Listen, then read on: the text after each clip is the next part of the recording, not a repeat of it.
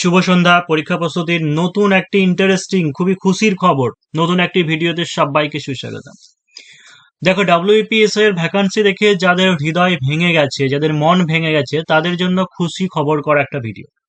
সেটা হচ্ছে excise, ASI এবং এসআই অনেকদিন থেকে ভ্যাকান্সি বেরোবার কথা ছিল, এ আসছে ওই আসছে করে অনেক টালবাহানার পরে বিভিন্ন আইনি জটিলতার কারণ বা হচ্ছে রিক্রুটমেন্ট প্রসেস কিভাবে কেমন ভাবে হবে, এই সমস্ত জিনিসের জন্য বেশ কিছুটা দেরি হলো। যতটুকু নিউজ আছে তাতে এক্সাইজ এএসআই মোটামুটি 470টা মতো ভ্যাকান্সি, আর হচ্ছে এসআই এর ক্ষেত্রে 170টার মতো ভ্যাকান্সি, যেটা ফাইন্যান্স ডিপার্টমেন্টের কাছে পাস হয়ে পিআরবি বোর্ডের কাছে চলে এসেছে।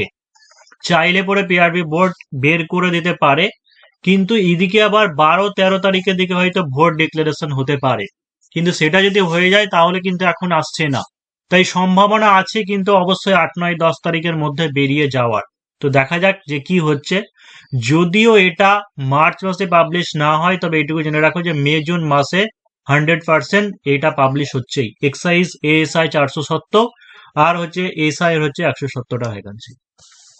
এটা আগে থেকে আগাম কেন বলা হচ্ছে, তার কারণ এক্সাইজের ক্ষেত্রে সিলেবাস একটু আলাদা। একটু আলাদা বলতে এক্সট্রা যেটা আছে সেটা হচ্ছে বেঙ্গলি ইংলিশ, বাংলা ব্যাকরণ এবং ইংলিশ গ্রামার, এই দুটো পার্ট কিন্তু এক্সট্রা আছে।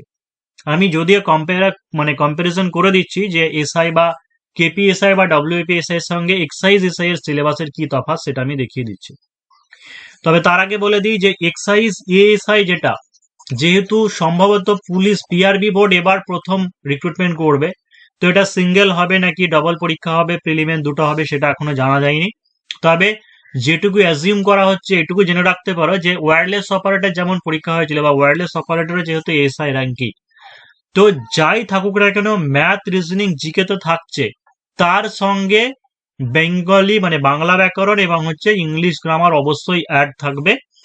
আরো একটা জিনিস যেটা সম্ভাবনা আছে সেটা হচ্ছে ইংলিশ, যে কোনো একটা ডেসক্রিপটিভ রাইটিং, ইংলিশের একটা ডেসক্রিপটিভ রাইটিং, সম্ভবত সেটা ট্রান্সলেশনই থাকার সম্ভাবনা বেশি, ট্রান্সলেশনটা থাকারই সম্ভাবনা বেশি, সেটা থাকতে পারে। থাকতে পারে মানে অবশ্যই থাকবে। আর এসআই এর ক্ষেত্রে চলো excise SI, excise SI previous ইয়ারে কেমন ছিল পুরোটা দেখিয়ে দিই যে কি সিলেবাস থাকতে পারে।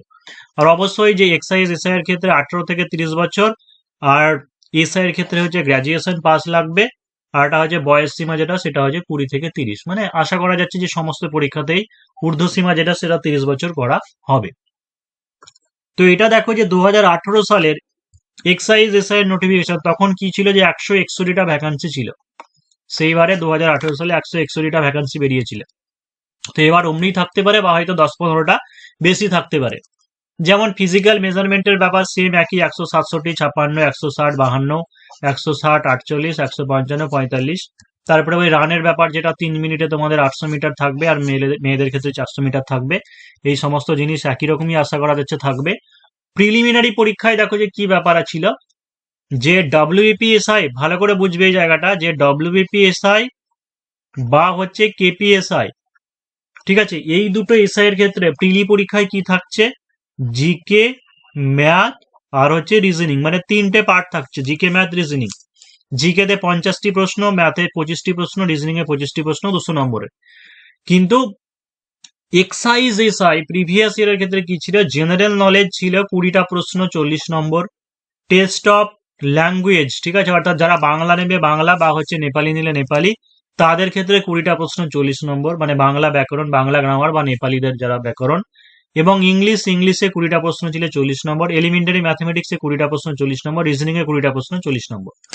তাহলে দেখো এক্সট্রা কি হচ্ছে, সেটা হচ্ছে জিকে তে এখানে মার্কসটা কমে যাচ্ছে, জিকে তে 1 নম্বর মার্কস কমে যাচ্ছে, আর তার বদলে বাংলা ব্যাকরণ, বাংলা ইংলিশ দুটোই কিন্তু ঢুকে যাচ্ছে। সেই কারণের জন্য কিন্তু অবশ্যই টাফ হতে চলেছে, বা হচ্ছে পড়াশোনাটা তোমাকে আরো বেশি করে করতে হবে। তো এই কারণের জন্যই বলছি যে যারা এসআই কে পাখির চোখ করছো, যে কোনো একটা এসআই, ডব্লিউপি হোক, এসআই হোক, কেপিএসআই হোক, বা এক্সাইজ এসআই হোক, পড়াশোনাটাকে কন্টিনিউ রাখার জন্য, রেগুলারিটিটা বজায় রাখার জন্য অবশ্যই পরীক্ষা প্রস্তুতিতে অ্যাডমিশন হতে হবে।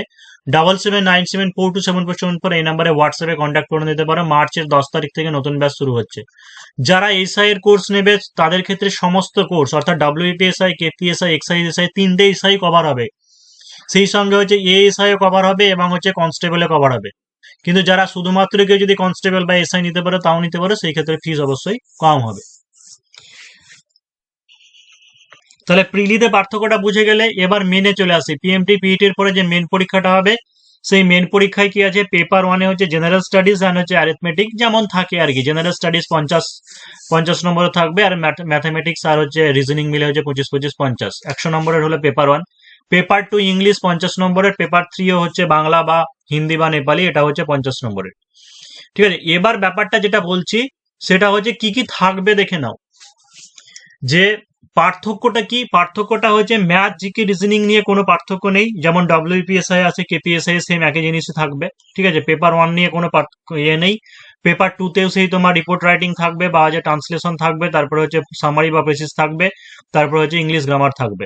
কিন্তু যেটা হচ্ছে পেপার থ্রিটা নিয়ে, অর্থাৎ ল্যাঙ্গুয়েজ পেপার, যেটা বেঙ্গলি বা নেপালি বা হিন্দি বা উর্দু, এটা ডব্লিউবিপি কেপিতে ভালো করে বুঝে যাও যে এটা ডব্লিউবিপি বা কেপিএসআই এর ক্ষেত্রে শুধুমাত্র রিপোর্ট রাইটিং আছে আর হচ্ছে ট্রান্সলেশন আছে, শুধুমাত্র রিপোর্ট আর ট্রান্সলেশন। কিন্তু এক্সাইজের ক্ষেত্রে কি হবে, আরো অ্যাড হচ্ছে condensing of A pros passage, অর্থাৎ এখানে বাংলাতেও তোমার সামারি লেখা বা পেসিস লেখা বা সারাংশ লেখা থাকবে, এবং বাংলা ব্যাকরণটাও থাকবে। অর্থাৎ বাংলা ব্যাকরণটা প্রিলিতেও থাকছে, আবার কি হচ্ছে যে মেনেও তোমার থাকছে এক্সাইজের ক্ষেত্রে। তো এটাই পার্থক্য, সেই কারণে যেন এক্সাইজের ক্ষেত্রে আরো অনেক বেশি পড়া, ডাব্লিউএপি কেপির থেকে এক্সাইজে আরো অনেক বেশি পড়া। তো যাই হোক, যে আরো একবার শেষে বলে দিচ্ছি যে এই নোটিফিকেশনের ব্যাপারটা ভোটের আগে শিওর কনফার্ম, মানে কনফার্মেশন দিতে পারছি না, তবে ভোটের পরে অবশ্যই পাবলিশ হবে। ভোটের আগে যদি হয়ে যায় খুবই ভালো কথা, না হলেও মে জুন মাসে অবশ্যই পাবলিশ হবে এই নোটিফিকেশনটা এক্সাইজের ক্ষেত্রে। তো অবশ্যই তোমরা এটা আশা রাখতে পারো এবং সেইভাবে টার্গেট এগিয়ে নিয়ে যেতে পারো বা হচ্ছে প্রিপারেশনটা কন্টিনিউ রাখতে পারো।